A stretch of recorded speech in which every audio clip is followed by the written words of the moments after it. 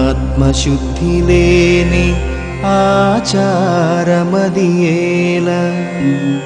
భాండశుద్ధి లేని పాకమేలా, చిత్తశుద్ధి లేని శివ పూజలేలరా.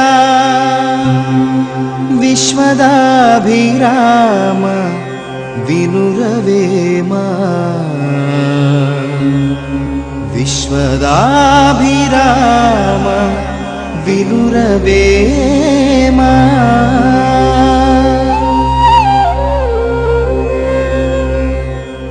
నిత్యం మనం ఎందరో సాధు సన్యాసులను చూస్తుంటాం.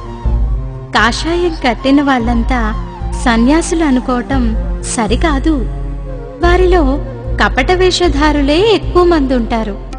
మనస్సున మలినాలు లేకుండా స్వచ్ఛంగా ఉంచుకోవాలి. దుష్ట బుద్ధితో పైకి ఆచారం కనబరిచినా ప్రయోజనం లేదు.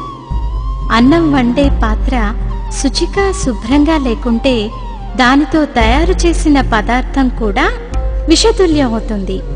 కొంతమంది శివాలయంలోనికి వెళ్ళి బయటకు వదిలి వెళ్ళిన చెప్పులున్నాయో లేదో అని ఆలోచిస్తూ ఉంటారు. మరి అలాంటి మనసుతో చేసే పూజ శివుడికి అందుతుందా? అందుకు మనం ఏ పని చేసినా మనసు నిర్మలంగా ఉంచుకొని చేస్తే అప్పుడు ఆ పని మంచి ఫలితాన్నిస్తుంది.